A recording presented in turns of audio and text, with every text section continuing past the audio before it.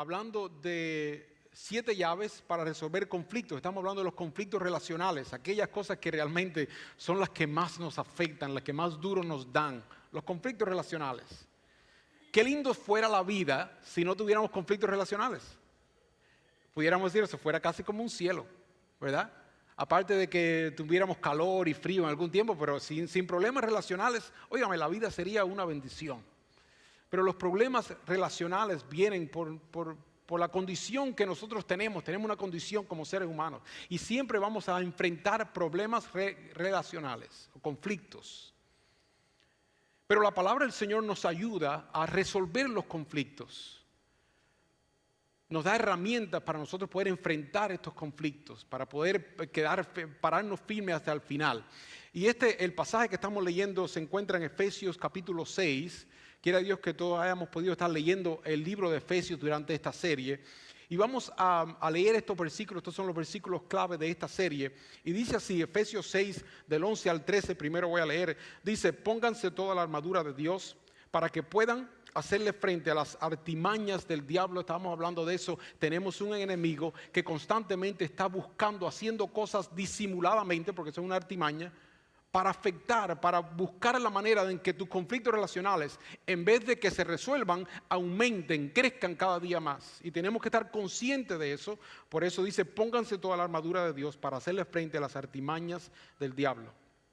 Porque nuestra lucha no es contra seres humanos, sino contra poderes, contra autoridades, contra potestades que dominan este mundo de tinieblas, contra fuerzas espirituales malignas en las regiones celestes. Por lo tanto, pónganse toda la armadura de Dios para que cuando llegue el día malo puedan resistir hasta el fin con firmeza. Eso es lo que Dios quiere que tú y yo podamos lograr, resistir hasta el fin con firmeza. Y es en la armadura de Dios donde encontramos las 7 llaves. Hemos estado hablando hemos hablado de 4 hasta ahora. Hoy vamos a hablar de la número 5. Y dice así los versículos que hablan acerca de la armadura de Dios. Manténganse firmes, ceñidos con el cinturón de la verdad, protegidos por la coraza de justicia, calzados con la disposición de proclamar el evangelio de la paz. Además de esto, tomen el escudo de la fe con el cual pueden apagar todas las flechas encendidas del maligno. De esto hablamos la semana pasada, llave número 4. Y ahora vamos a descubrir la número 5. Dice, tomen el casco de la salvación, aquí viene, y la espada del Espíritu, que es la palabra de Dios. La próxima semana, no se lo pierda, vamos a estar hablando acerca de la espada del Espíritu, que es la palabra de Dios. Pero hoy nos toca hablar de la llave número 5, que estamos hablando del casco de salvación. El casco de salvación. ¿Okay? Recordemos que el apóstol Pablo está usando una figura física para ayudarnos a entender algo espiritual. Porque las cosas espirituales no las podemos ver, pero sabemos que nos afectan. Nosotros somos seres espirituales también. O sea, usted tiene algo, usted sabe que usted es más que físico, usted sabe eso. Todos tenemos una parte física, pero hay algo interno que ni sabemos exactamente dónde es, ni dónde se esconde. Y dice, bueno, el corazón, pero el corazón es aquí, la mente, no sabemos, pero es un espíritu que está dentro de nosotros, el espíritu del ser humano. Somos seres físicos y somos seres espirituales también. Estos son los dos mundos en que nosotros vivimos. ¿Okay? Entonces, él no está hablando acerca está usando una figura física como es la armadura de un soldado romano para ilustrar o ayudarnos a entender algo espiritual en nuestra vida. Y entonces nos dice, tomen el casco de salvación. ¿Qué puede significar el casco de salvación? Usted se ha hecho esa pregunta. ¿Qué significa el casco de salvación? Suena lindo, pero ¿qué quiere decir? Hablemos primero del casco. Es muy probable que el apóstol Pablo, esta frase, el casco de salvación, tenemos que hablar de 2 cosas, el casco y de la salvación. Vamos a tener que hablar de estas 2 palabras clave. Pero primero el casco. Es muy probable que el apóstol Pablo estaba mirando un soldado romano, así la figura que tenían ahí, como ese. Este era el vestimento de los soldados romanos en el primer siglo. Y es muy probable que el apóstol Pablo estaba viendo un soldado muy parecido a ese que nosotros vemos ahí. Y fue precisamente en una imagen como esa que él se inspira para ayudarnos a entender lo espiritual que sucede en nuestras vidas. ¿Ok? Pongan la atención al casco. Ese es el casco romano de aquella época. ¿Ok? Pongamos la atención al casco.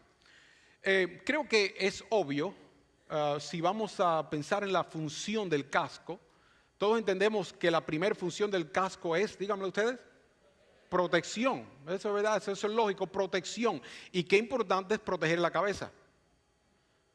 Porque un golpe en la cabeza es un golpe mortal. Ustedes saben eso. El cerebro es lo que manda la señal a todo el resto del cuerpo. Ustedes le pueden dar una mano y usted todavía puede esconderse por lo menos. Pero si le dan a la cabeza, ahí se quedó.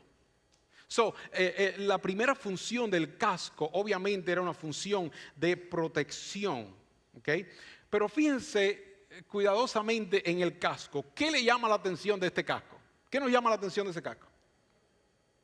La cosa roja esa que tiene ahí arriba, ¿verdad? La cresta le llaman, es como una cresta. Yo no sé si eso se inspiraron, vieron un gallo con la cresta y entonces se inspiraron para ponerle no sé de dónde sacaron la inspiración, pero esa es una cresta y normalmente era hecha de plumas. Y es interesante la función de la cresta, de esta cresta. Miren, la cresta tenía una función muy importante porque no era simplemente decorativa. No era simplemente de lindo, en otras palabras. Hay cosas que son solamente de lindo. Pero esta cresta no era solamente un asunto de lindo. La cresta era la identificación del soldado. Ponga la atención a esto. La cresta servía como identificación. Donde quiera que usted veía una cresta roja, ¿qué sabía que había ahí? Un soldado romano. Es más, ni tenía que estar cerca. Usted desde lejos, usted veía algo rojo por allá moviéndose, un pelo colorado, y usted sabía que ahí había un soldado romano. Ni tenía que ver el resto del soldado. Solamente con ver la cresta que estaba por ahí, en un bulto de gente, un montón de gente. Usted veía, imagínese que usted estuviera viendo también un montón de cabezas rojas venir para acá. Usted sabía que lo que venía era fuerte, porque ese era el ejército romano. Era la identificación, o sea, era lo que ayudaba a las personas a identificar que ahí venía un soldado romano. Desde la distancia se podía identificar. Se jugaba un papel muy importante, la identificación. Al estar identificado de esta manera, esto también afectaba mucho al soldado, positivamente. ¿Por qué? Porque el momento que una persona se ponía ese casco, no podía pasar por desapercibido. No se podía esconder. O sea, usted se pone ese casco, usted sabe que usted va a llamar la atención, usted sabe que las personas lo van a identificar, usted sabe entonces en ese momento, la persona que se ponía este casco, asumía la responsabilidad también que venía con ponerse ese casco. Porque al usted ponerse ese casco ya usted no podía pasar por desapercibido entre las personas. Y cuando las personas lo veían ellos sabían que usted era un soldado romano y esperaban que usted actuara como ¿quién? Como un soldado romano. Porque cuando usted se ponía ese casco, usted estaba representando. ¿Seré yo? Yo creo que no. Usted estaba representando al ejército romano. Eso era importante. El que se ponía este casco tenía que entender que era un privilegio también. Yo creo que los soldados que tenían este orgullo grande, el ejército romano es conocido a través de la historia como uno de los mejores ejércitos. Y creo que, un soldado que se ponía este casco se lo ponía con orgullo. Yo soy un soldado romano. Yo represento al ejército romano, el ejército más feroz en aquel tiempo. Se lo ponían con orgullo y también asumían la responsabilidad que venía con este casco. Es decir, que cuando pensamos en el casco, tenemos que entender que el casco jugaba estas dos funciones: proteger e identificar. Proteger e identificar. Es muy importante que usted piense en esto, que lo tenga ahí. Recuerde, no olvide, proteger, la función del casco es proteger e identificar. Y el apóstol Pablo nos dice, tomen el casco, proteger identificación, protección e identificación, de la salvación, de la salvación. Y ahora, ¿qué significa la salvación? Miren, es interesante porque esta es una de las palabras que es tan común entre nosotros. Nosotros sentimos lo que es la salvación, pero ¿podemos explicar lo que es la salvación? Nosotros hablamos mucho de la salvación, cantamos de la salvación, le damos gracias a Dios por la salvación de nuestras almas. pero ¿qué significa la salvación? ¿Cómo podemos explicar esto de la salvación? Pero si no entendemos, no podemos ponernos el casco. Ya sabemos lo que significa el casco, protección, identificación, pero la salvación, o sea, ¿de qué está hablando? Ponernos el casco de la salvación. ¿Qué es la salvación? Para muchos hoy en día la salvación se ha convertido en un término teológico. Pero es muy importante que nosotros pasemos de la teología y podamos entender algo práctico, que podamos realmente entender el significado de lo que es la salvación. Así que vamos a tomar unos minutos y vamos a hablar de la salvación para después al final poder resumir todo y entender lo que significa ponernos el casco de la salvación. Así que pensemos en la salvación. ¿Cuándo le damos gracias a Dios por la salvación de nuestras almas? ¿Verdad? La salvación, somos salvos. Lo primero que tenemos que entender acerca de la salvación es que la salvación viene solamente por medio de nuestro Señor Jesús. Él es nuestro, por eso le decimos, Él es nuestro ¿qué? Salvador. Jesús es nuestro Salvador. Hechos 4:12 dice, de hecho, en ningún otro hay salvación, en ningún otro. Esto suena bastante exclusivo, ¿verdad? Porque lo es. Lo es. Hay personas que no les gusta eso del cristianismo. Porque dice, pero no puede ser que sea el único camino. El único camino. Nosotros no podemos cambiar. Es el único camino hacia Dios. Jesús dijo, yo soy el camino, la verdad y la vida. Y nadie viene al Padre si no es por mí. Y cuando entendemos lo que Jesús hizo, entendemos por qué Él es el único. Porque Él es el único que se dio. Bueno, vamos a hablar de la salvación, vamos a llegar ahí. Mire, dice, de hecho, en ningún otro hay salvación, porque no hay bajo el cielo otro nombre dado a los hombres mediante el cual podamos ser salvos. Gracias a Dios por nuestro Señor Jesús. Hermano, ¿y usted sabe qué? Usted debe darle gracias a Dios porque usted conoce del Señor Jesús. Hay personas que no conocen del Señor Jesús. Hay personas que no han entendido la obra del Señor Jesús, no lo han entendido todavía. Y usted y yo, Dios nos dio la gracia de entender de la fe. Eso se lo debemos a Dios. Dice la palabra del Señor que la fe viene por el oír y el oír la palabra de Dios. Y somos salvos por medio de la fe, ¿ok? Somos salvos por gracia por medio de la fe. Y aún esa fe que usted y yo tenemos es un regalo de Dios para que nadie se gloríe. Quiere decir que si usted hoy cree en el Señor Jesucristo es porque Dios le amó tanto, hermano, que un día te hizo ver la verdad, un día te alumbró tu corazón, un día y tú dijiste, wow, Dios es cierto, Dios existe, creo en el Señor. Tú y yo llegamos a ese punto por la gracia y el amor de Dios. Entonces dice que no hay otro nombre dado a los hombres por medio del cual nosotros podamos ser salvos. Por eso llamamos a Jesús nuestro Salvador. Y Juan 3:16, un versículo que nosotros leemos mucho y lo sabemos de memoria, pero vamos a leer hasta el 17 también, dice, porque de tal manera amó Dios al mundo, que dio a su Hijo unigénito, para que todo aquel que en Él crea no se pierda, sino que tenga vida eterna. Dice el 17, Dios no envió a su Hijo al mundo para condenar al mundo. Esto es lindísimo, hermano. No lo envió para condenar al mundo, sino para salvar al mundo por medio de Él. La función del Señor Jesús es salvar. Por eso estábamos hablando unas semanas atrás cuando Jesús se encontró con una mujer que la había sorprendido en el mismo acto del adulterio. Como todos nosotros somos sorprendidos en un momento u otro en nuestro pecado, cualquier pecado que sea. Jesús, en vez de condenar, que era lo que todos querían hacer, le dijo, yo tampoco te condeno. Vete y no lo hagas más. En otras palabras, hay cambios que hacer. Porque Jesús no vino a condenar, sino que vino a salvar. No vino a condenar, sino a salvar al mundo. Dios envió a su Hijo. Ese es el propósito del Señor Jesús. Vino a salvar al mundo. O Dios envió a su Hijo para que el mundo sea salvo por medio del Señor Jesús. ¿Y qué cosa es salvar? Bueno, la definición de salvar es librar a una persona de un peligro, de una amenaza. Es solucionar un problema grave o una situación difícil. Eso es salvar. Cuando usted salva algo, cuando usted salva a alguien, usted lo está librando de un peligro o de una amenaza. Usted Pienso, me viene a la mente, a la imaginación, un niño en medio de una carretera y viene un carro y alguien se le tira, lo agarra y lo salva de un peligro enorme que venía para ese niño. Eso es salvar. Nosotros meternos por el medio para librar a una persona de un peligro o de una amenaza enorme, o librarlo de una situación grave o una situación muy difícil. ¿Y cuál es el problema grave del hombre? ¿De qué es que Jesús vino a salvarnos? ¿Cuál es el problema grave del hombre? El peligro, la amenaza, la situación difícil que nosotros todos enfrentamos. Es este, hermano, que todos nosotros nacemos con una inclinación hacia el mal. ¿Es o no es?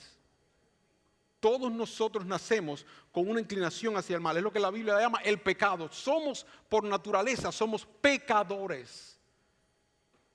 Usted no tiene que enseñarle a un niño. Mire, usted puede haber tenido la mejor enseñanza, la mejor cultura, la mejor estructura en su niñez, el mejor hogar, los mejores padres, la mejor escuela, los mejores maestros. Y eso no quita de que usted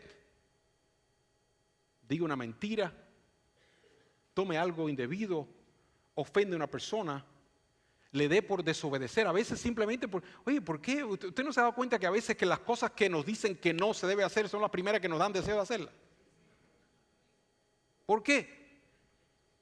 Esa es la naturaleza pecaminosa que nosotros tenemos y nos da deseo de hacer lo incorrecto. Todo el tiempo nos da deseo de hacer lo correcto y cada vez que hacemos lo incorrecto acarreamos las consecuencias. Entonces vivimos bajo esa condición, bajo esa maldición que constantemente somos inclinados al mal y constantemente estamos recibiendo las consecuencias de nuestro mal, de nuestro pecado. Óigame, ¿qué problema tan difícil tiene el hombre? Dice el apóstol Pablo, yo sé que en mí, es decir, en mi naturaleza pecaminosa, nada bueno habita. Aunque deseo hacer lo bueno, no soy capaz de hacerlo. Yo no sé si usted se ha sentido así a veces. Dice, de hecho, no hago el bien que quiero, sino el mal que no quiero. Yo creo que todos nos podemos identificar con esto. Hay veces que usted dice, oye, pero ¿y por qué yo hice eso si no era mi intención, no era lo que yo quería? Pero algo por dentro te mueve a hacer el mal. ¡Qué terrible!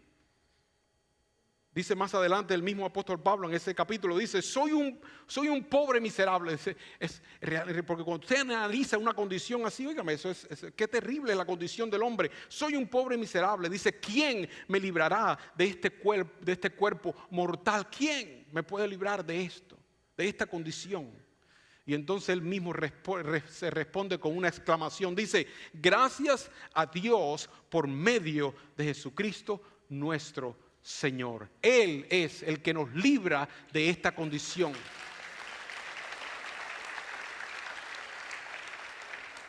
Él es el que resuelve este conflicto que el ser humano tiene, que constantemente está inclinado al mal. Jesús es nuestro Salvador. Jesús es el que viene y resuelve este problema, quita esa amenaza que está constantemente delante de nosotros o sobre nosotros. ¿Y cómo es que Jesús hace esto? ¿Cómo sucede esto? Lo primero que Jesús hace es que perdona nuestros pecados. Dice Romanos 8:1, por tanto, ya no hay ninguna condenación para los que están en Cristo Jesús. Este es como Jesús nos salva. Jesús primero perdona nuestros pecados. Porque todos nosotros, por causa de nuestros pecados, llevamos esa condenación, llevamos esa culpa. Estamos lejos de Dios. Pero dice la palabra del Señor que Jesús perdona nuestros pecados. El perdón es una de las cosas más lindas que el ser humano puede experimentar. Usted sabe lo que es que usted esté culpable, 100% culpable. Usted no tiene escape de esto. Y te digan, no hay problema.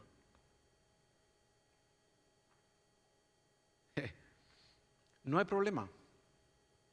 Yo me voy a olvidar completamente. Usted sabe hermano, qué bendición es esa. Ese es el perdón de Dios.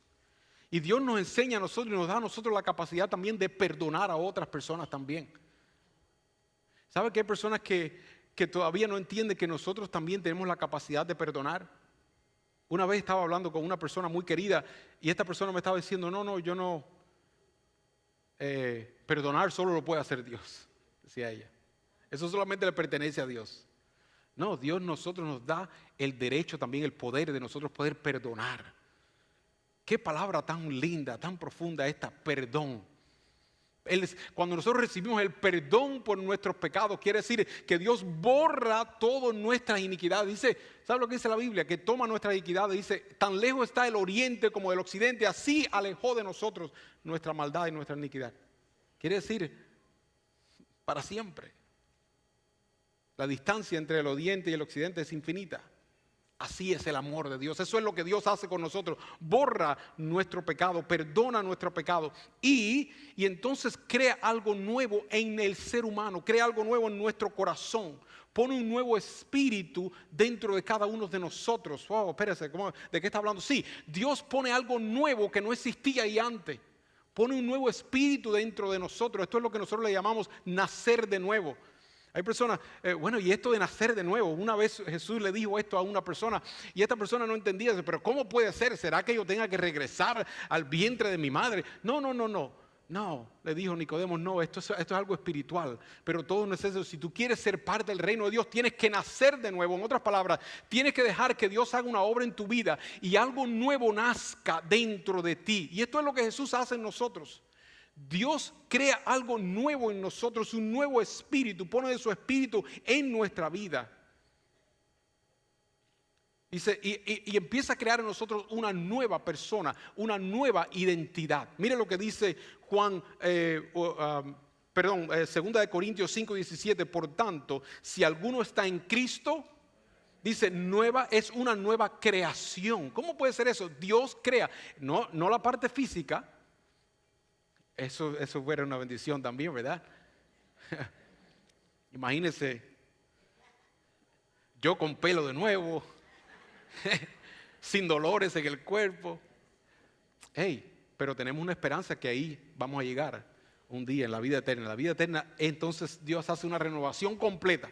Pero primero comienza con el espíritu, y lo que hace Dios aquí en nosotros es que Dios crea un nuevo espíritu dentro de nosotros, pone de su espíritu en nuestro ser. Qué cosa más linda esta. Analice, piense en esto. Tenemos que pensar en estas cosas porque esto tiene que ver con la salvación. Eso es lo que Dios hace en tu vida. Dios pone algo nuevo, un espíritu dentro de ti. Y tú vas caminando y de pronto tú te das cuenta que ahora tú tienes deseo de hacer cosas que no tenías deseo de hacer antes. Y ahora hay cosas que te mueven y tú actúas diferente. ¿Por qué? Porque hay algo nuevo dentro de ti. Y ahí es que comienza la lucha de el viejo hombre, el que era tú anteriormente, y ahora algo nuevo que Dios está haciendo en ti. Y mientras más vamos conociendo de Dios, más crecemos en nuestro espíritu y más dejamos que esto muera y muera. La Biblia habla de nosotros crucificar la carne, son términos profundos, pero se trata de esto, de nosotros hacer morir las cosas viejas en nosotros, el viejo hombre en nosotros, dice el apóstol Pablo.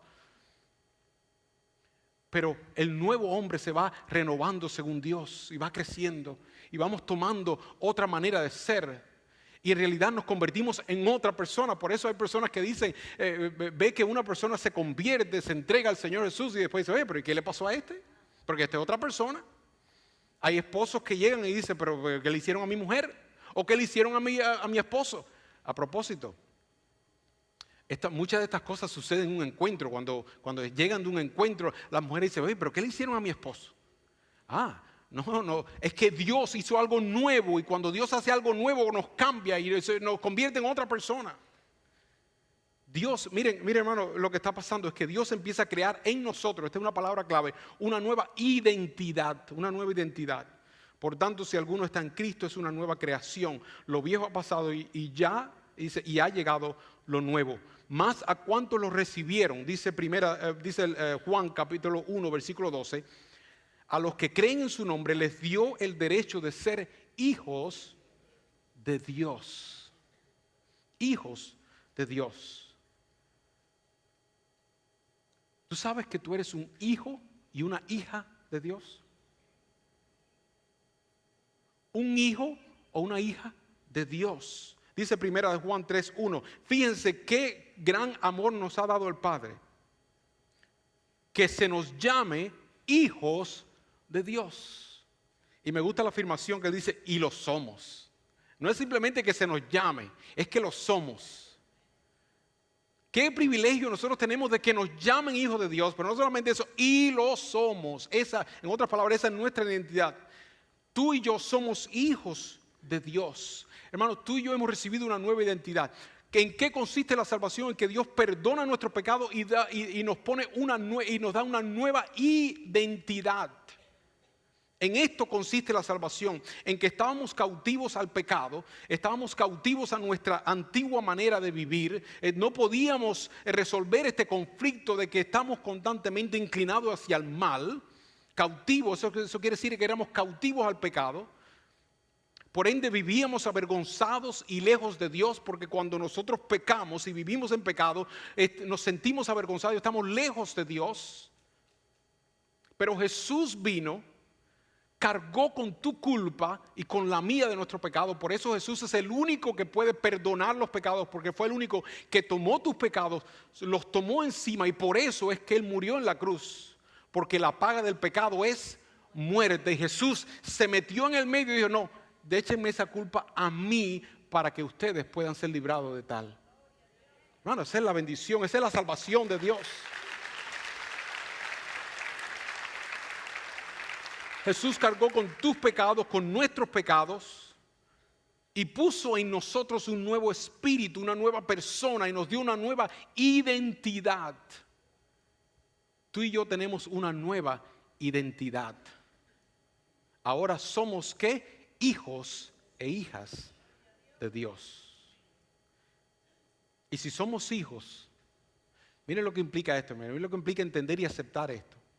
Si somos hijos, podemos confiar que el Padre cuidará de nosotros. ¿Verdad que sí? ¿Qué padre no cuida de sus hijos? Qué buen padre estoy hablando. El Padre cuida, el Padre protege, el Padre provee. Ese es nuestro Padre celestial. El Padre cuida y defiende de nosotros. Esa es nuestra nueva identidad. Ok, en eso, esto quiere decir la salvación. La salvación consiste en que Dios perdonó nuestros pecados y puso algo nuevo en nosotros y nos dio una nueva identidad. Ahora, con esto en mente, regresemos a la conversación anterior con la que empezamos. Con esto en mente, regresemos a la quinta llave, que es para resolver conflictos, que tiene que ver todo esto con conflicto. Ahora lo vamos a entender. El casco de la salvación. Decíamos que la función del casco es que proteger y qué más, e identificar. Es importante proteger e identificar. Entonces, ¿cuál es el casco de la salvación? ¿Qué quiere decir cuando dice el casco de la salvación? El casco de la salvación es nuestra nueva identidad en Cristo. Cuando nosotros nos ponemos el casco de la salvación, estamos poniéndonos nuestra nueva identidad en Cristo. Cuando nosotros nos ponemos nuestra nueva identidad en Cristo, estamos protegidos porque somos ¿quiénes? Hijos de Dios. Y cuando nosotros nos ponemos nuestra nueva identidad, entonces somos representantes ¿de quién? Del reino de Dios. Y cuando ponemos nuestra nueva identidad, que somos hijos de Dios, entonces no podemos actuar de la manera que actuábamos antes, porque ahora somos hijos, estamos representando el reino de Dios. ¿Entienden lo que quiere decir esto, hermano? Ahora, ponernos el casco de la salvación, hermanos, es aceptar el privilegio y también la responsabilidad que conlleva ponernos el casco de la salvación. Es un privilegio. Primeramente es un privilegio. ¿Por qué? Porque cuando nosotros nos aceptamos esto, nos estamos poniendo este casco de la salvación, estamos aceptando el hecho de que Dios perdonó nuestros pecados, de que Dios nos ama, de que Dios nos protege, de que Dios nos cuida, de que ahora somos hijos de Él. Que entramos a ser parte de una enorme familia a través del mundo entero. Somos hijos de Dios. Esa es la bendición, o ese es el privilegio. Y debemos sentirnos orgullosos de que somos hijos de Dios. Pero también implica una responsabilidad. Porque cuando nosotros nos ponemos el casco de la salvación, tenemos que también aceptar el hecho de que ahora no estamos representándonos a nosotros mismos, sino que estamos representando ¿a quién? A Dios. Estamos representando a nuestro Señor Jesús, estamos representando a la gran familia de Dios. Quiere decir que la manera que nosotros actuamos es un poquitico diferente, ¿verdad? Porque ahora dice la palabra del Señor que somos embajadores, decía el apóstol Pablo. Nosotros tú y yo somos embajadores de Cristo. Somos llamados a comportarnos como hijos de Dios. Usted no puede ponerse el casco de un hijo de Dios, de esa nueva identidad, y seguir y querer hacer o vivir como mismo usted vivía antes. Porque no, usted ahora está representando, porque cuando lo ven a usted, usted está representando no quien tú eras, sino ahora quien tú eres, una nueva identidad en el Señor Jesús. Entonces, cuando nosotros nos ponemos este casco de la salvación, tenemos que asumir la responsabilidad de que somos llamados a comportarnos como hijos de Dios en todo tiempo, pero especialmente, y aquí viene, especialmente ante los conflictos. Ante los conflictos, hermanos, somos llamados, ponernos el casco de la salvación, significa que somos llamados a actuar diferente ante los conflictos.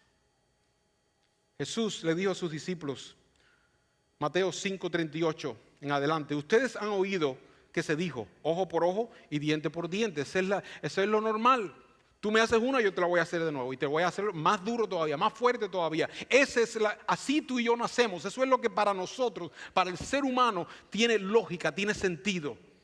¿Verdad que tiene sentido desde el punto de vista del ser humano? Tiene sentido, tú me haces una, no, entonces tú vas a pagar por lo que tú me hiciste a mí. Eso es lo que tiene lógica bajo esta antigua manera de vivir. Pero tú y yo, si aceptamos ponernos el casco de la salvación, tenemos que aceptar que hay otra manera de vivir que Dios ahora demanda de nosotros. Y esta es,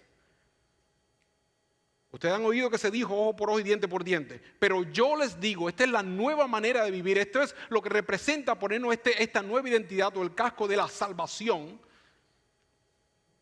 Pero tú y yo, dice, pero yo les digo, no resistan al que haga mal. Si alguien te da una bofetada en la mejilla derecha, vuélvele también la otra. Y hermano, ¿sabe lo que pasa? Que nosotros leemos palabras como esta y como que, pensamos en ese momento literal, pensamos ya en lo último ahí, y que alguien nos dé una bofetada. Y como que nos es difícil aceptar eso, pero en realidad eso es cuando ya el conflicto ha escalado de una manera demasiado, ¿verdad que sí? O sea, hay muchas otras cosas que nosotros podemos hacer nosotros pensamos en eso y decimos, bueno, pero eso es casi imposible. No, eso claro que se puede hacer. ¿Por qué? Porque el conflicto nunca empieza con una bueno, la mayoría de las veces, sería un caso raro, ¿verdad? No empieza con una bofetada. Empieza con una mirada, empieza con una palabra y después yo le digo otra, o lo miro y empieza a escalar y empezamos a escalar. Y entonces llega a la bofetada.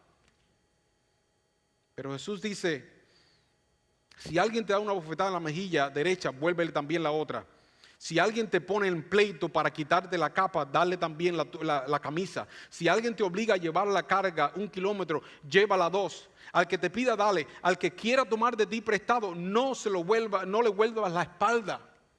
A ustedes han oído que se dijo, o que se dice, que se dijo, ama a tu prójimo y odia a tu enemigo. Esto es lo lógico. Nuestro enemigo, el enemigo es el enemigo. Hay que odiar al enemigo, hay que defenderse del enemigo. Pero yo les digo, amen a sus enemigos y oren por quienes los persiguen para que sean hijos de su Padre que está en el cielo. Wow. Hermanos, esa es la palabra de Dios. Esas son las palabras del Señor Jesús. Eso es. ¿No te gusta eso? No te ponga el casco. Pero ponerte el casco es aceptar eso. Porque en la salvación Dios nos salvó de una manera de vivir para vivir de esta manera. Y esta es la manera que Él quiere que nosotros vivamos. Pero yo os digo, amen a sus enemigos y oren por quienes los persiguen para que sean hijos de su Padre que está en el cielo. El que hace que salga el sol sobre los malos y buenos. Qué lindo es Dios. Y que llueva sobre los justos e injustos. Si ustedes aman solamente a quienes los aman, ¿qué recompensa recibirán? ¿Qué diferencia, en otras palabras, hay? ¿Acaso no hacen eso también, o no hacen eso hasta los recaudadores de impuestos? Recaudadores de impuestos en aquel tiempo eran consideradas las personas más perversas, porque hacían trucos, se robaban a las personas. Por eso dice eso, ¿no? El Señor Jesús. ¿Acaso no hacen eso hasta los recaudadores de impuestos? Y si saludan a su hermano solamente, ¿qué demás hacen ustedes? ¿Acaso no hacen esto los gentiles? Hermanos, somos llamados a actuar como hijos de Dios. Ante todas las situaciones y especialmente ante los conflictos, somos llamados a actuar como hijos de Dios. ¿Qué diferencia tan grande haríamos, hermanos? Si ante cada conflicto relacional que nosotros tengamos, estemos conscientes, nos pongamos este casco, en otras palabras, estamos conscientes de que somos hijos de Dios, de que estamos representando en este conflicto difícil relacional la manera que yo hablo, la manera que yo respondo, la manera, mis acciones. Yo no me estoy representando a mí mismo, estoy representando a Dios porque soy un hijo de Dios.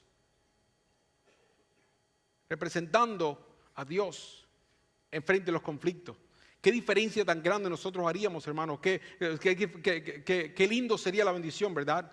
Si ante cualquier de estos conflictos, entonces nos preguntaríamos, ¿qué haría Jesús ante este conflicto? ¿Cómo respondería el Señor Jesús?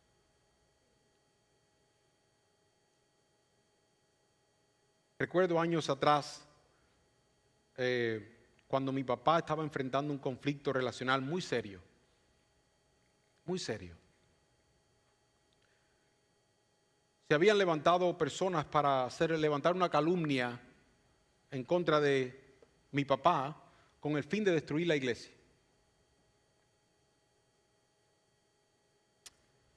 Fue un momento muy difícil para mi papá y para toda la familia. Todos nosotros estábamos envueltos en eso. Y fue un momento muy, muy, muy difícil. Unos meses, wow, negros, terribles. Y nosotros estábamos claros, estábamos conscientes que esta era simplemente una calumnia.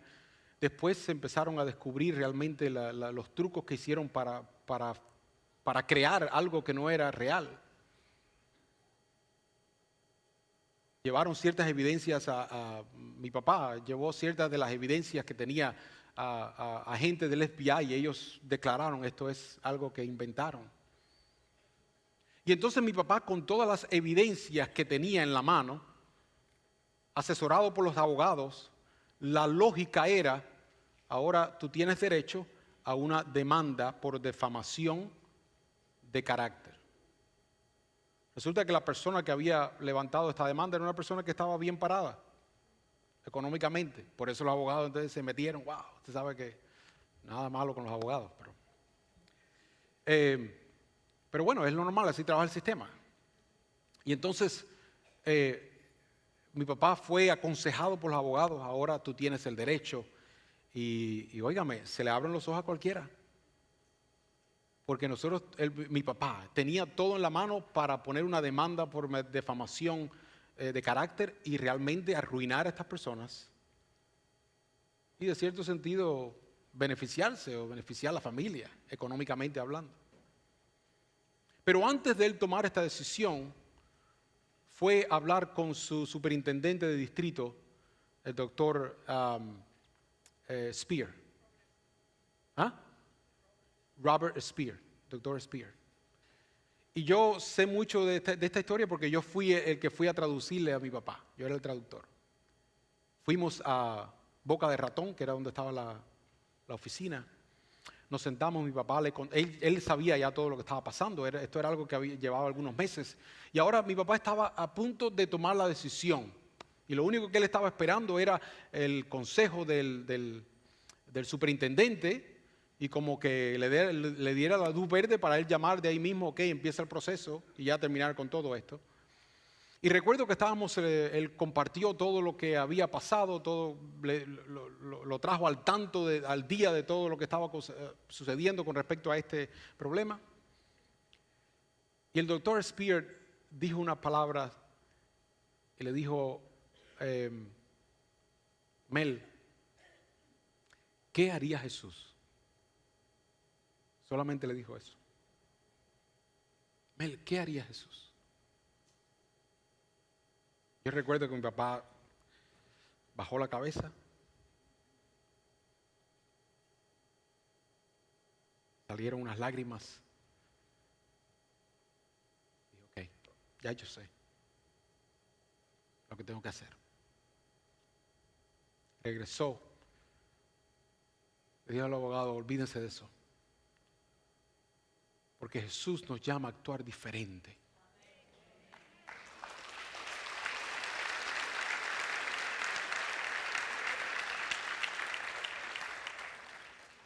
Miren lo que sucedió, hermano. Pocas semanas después, sin mi papá hacer nada, eso mismo se desbarató. Las personas estas cayeron en una gran ruina. Y en realidad ninguna de las personas que estaban involucradas en ese conflicto levantaron cabeza. Tristemente. ¿Saben por qué, hermanos? Porque cuando nosotros dejamos que Dios nos defienda, cuando nosotros dejamos que Dios sea el que meta la mano, ¿sabe lo que dice Jesús? Ay de alguien que haga tropezar a alguno de mis pequeñitos. Ay de aquel que haga tropezar a alguno de mis pequeñitos.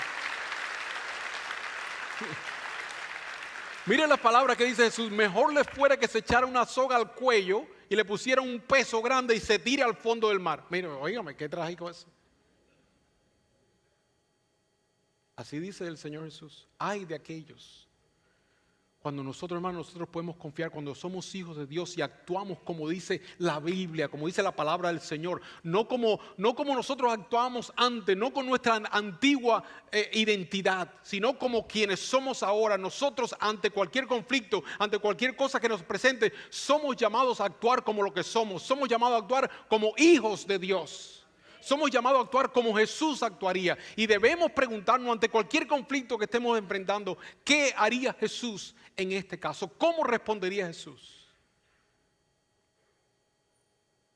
Y cuando nosotros actuamos, hermanos, como nosotros debemos actuar, la defensa de Dios, la misericordia de Dios, hermano, es que imagínense, es el Padre Celestial que viene y cuida y protege y provee todas las cosas que tú puedas necesitar.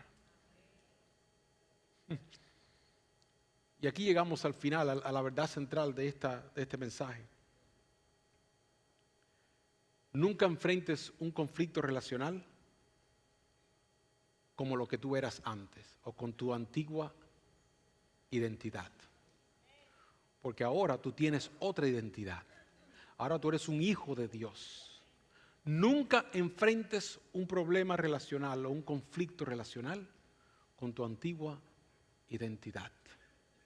Ahora somos llamados a actuar diferente, somos llamados a actuar como Jesús. Somos llamados a ponernos este casco que nos identifica, que nos protege, pero también nos identifica, que asumimos la responsabilidad, que es un privilegio, ¿verdad? Porque somos perdonados, somos salvados, pero también asumimos la responsabilidad que viene con este casco de salvación, que quiere decir que ahora yo soy un hijo de Dios y soy llamado a actuar como un hijo de Dios. Cueste lo que cueste, aunque parezca ridículo ante los ojos de las personas, porque dar la otra cara o dar el brazo a torcer parece ridículo, pero ante los ojos de Dios es como Dios quiere que nosotros actuemos. Y cuando nosotros actuamos como Dios quiere, Dios mete la mano y obra y resuelve los conflictos.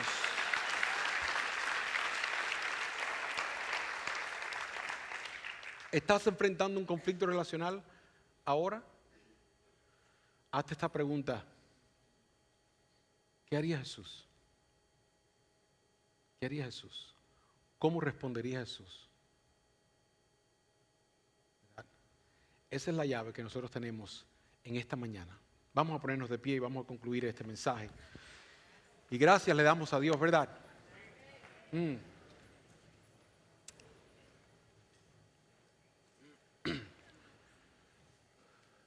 Qué lindo, hermano. A mí me encanta esto, me encanta. La palabra del Señor es viva, la palabra del Señor nos transforma, nos cambia. Y cuando nosotros obedecemos, por eso la Biblia nos manda a escudriñar las Escrituras. Escudriñar quiere decir pensar detenidamente, buscarle todos los pedacitos que tiene. ¿Y cuántos pedacitos tiene la palabra del Señor dentro? ¿Verdad? Y qué útil, qué práctica es para nosotros, para nuestro diario vivir. Para nuestro diario vivir. Qué lindo que nosotros salgamos aquí toda esta mañana con esta llave. ¿verdad? Señor, yo voy a actuar como tú actuarías, porque soy un hijo de Dios, porque tengo la salvación, porque has tenido misericordia y perdón de mi vida. Amén. Todos los creyentes aceptamos, hermano, esta llave. Decimos un fuerte amén. Amén. Aleluya.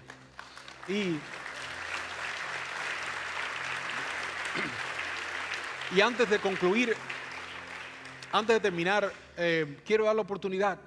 Es probable que algunos de ustedes hoy quizás entendiste algo acerca de la salvación que no habías entendido antes. Entendiste que realmente Dios está para perdonar tus pecados, que no tienes que estar cargando con ese peso de culpabilidad, que Jesús vino para perdonar. Y que Jesús vino para hacer algo nuevo en ti. Qué lindo cuando Dios crea algo nuevo en nosotros. Y simplemente queremos darle la oportunidad. Si hay alguien esta mañana que dice, yo quiero esa nueva identidad, yo quiero ser un hijo de Dios, yo quiero que Dios haga algo nuevo en mi corazón, y yo nunca había hecho esto, pero hoy me decido. Y si ese eres tú, antes de nosotros orar, porque vamos a orar y vamos a terminar el servicio ya, estamos pasados de tiempo, pero queremos darte esa linda oportunidad, porque nosotros la tuvimos también y tú la puedes tener hoy. Y puedes salir de aquí con otro casco, con otra identidad, representando el reino de Dios.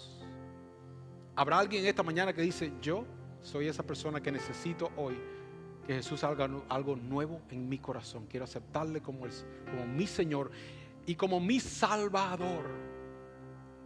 ¿Okay? ¿Habrá alguien que levante la mano? Vamos a dar unos 3 segundos. 1, 2. Amén. Qué bueno, ¿no? Vamos a...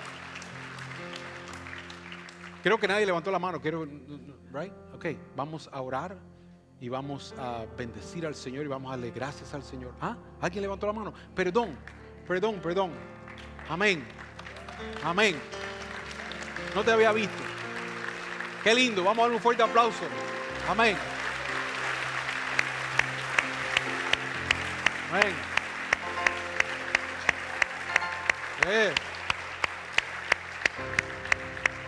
Qué lindo. Bueno, estas cosas son contagiosas. Alguien más se contagia y dice, bueno, yo también necesito que el Señor haga ese cambio en mi vida. Si quieres hacerlo, pasa al frente y vamos a orar. Y así terminamos el servicio. Así que pasa aquí al frente. Dios te bendiga. Hoy te puedo decir mi hermano, ¿ok? Porque vienes a ser parte de la familia de Dios. Amén. Amén. Ok. Mírate para acá para que no te asustes con tanta gente que está mirando. No, mírate para mí. Ahí. Qué bueno, ¿cómo te llamas? Iván. Estamos nosotros contentos. ¿Sabes lo que dice la Biblia? Que cuando solamente un pecador se arrepiente y es salva, o sea, recibe esta salvación, dice que en el cielo hay gozo. Y nosotros nos alegramos por tu decisión, nos alegramos por lo que Dios está haciendo en tu vida. Amén. Así que, wow. Valiente, así se hace. Vamos a orar. Quiero que tú repitas esta oración conmigo como si saliera de lo profundo de tu corazón. De ahí es que tiene que salir. Dile, Señor Jesús. Repite conmigo, Señor Jesús. Hoy me entrego a ti. Te acepto como mi Señor y como mi Salvador. Perdona mis pecados y pon ese espíritu nuevo dentro de mí. Enséñame tus caminos. Desde hoy en adelante decido caminar en tus pies, en tus pisadas. Quiero seguir tus pasos. Quiero vivir la vida de acuerdo a tus enseñanzas. Recíbeme como tu hijo. Gracias, Señor. Amén. Amén. Dios te bendiga, mi hermano. Wow. Ahora sí. Wow, qué lindo. Le damos gracias al Señor todo con una oración. Padre, gracias por tu inmenso amor, por tu bendición. Señor, por tu palabra que es viva y eficaz y nos enseña y nos transforma, Señor. Salimos de aquí llenos de gozo, de alegría, edificados por ella. Y Señor, listos para realmente representar quienes hoy somos. Somos tus hijos. Gracias por tu amor y por tu gracia. En el nombre de Jesús. Amén. Dios te bendiga. Nos vemos el próximo domingo.